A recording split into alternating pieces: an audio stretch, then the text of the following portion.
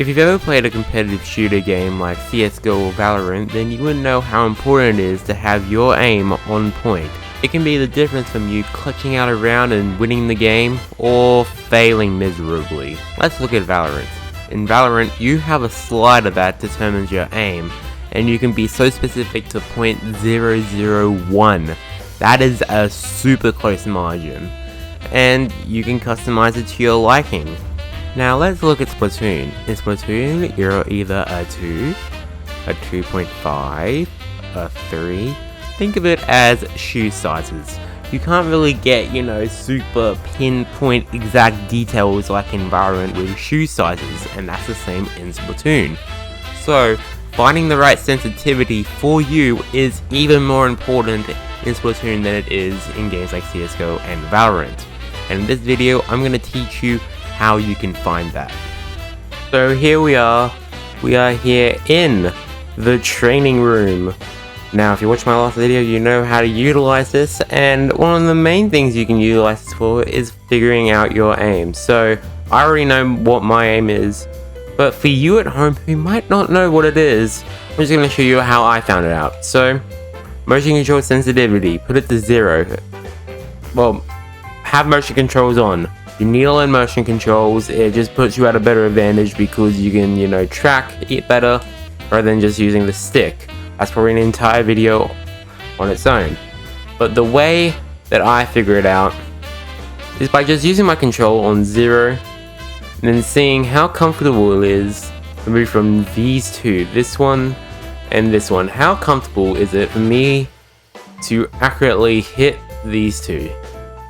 Now 0, it just feels a little bit too much to move my entire controller. It feels a little bit too uncomfortable for me. So I'm gonna go in and I'm gonna put it up to 0.5. I'm gonna do the same thing.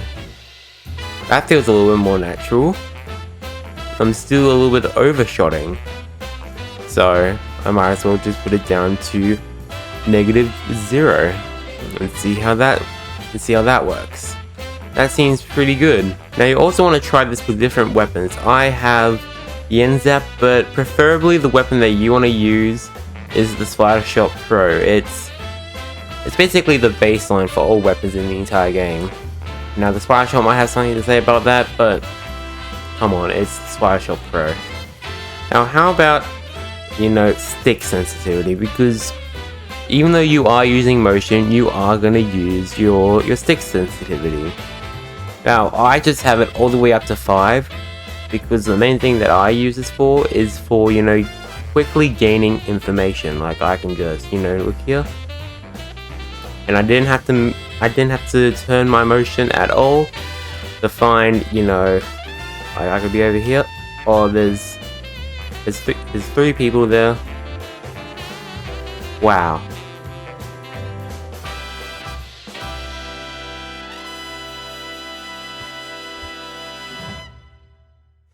And that will do it for today's video. If you enjoyed it, make sure you subscribe and like so that you can stay updated on, all tips and tricks for Splatoon 2 going into Splatoon 3, the Splatoon 3 camp.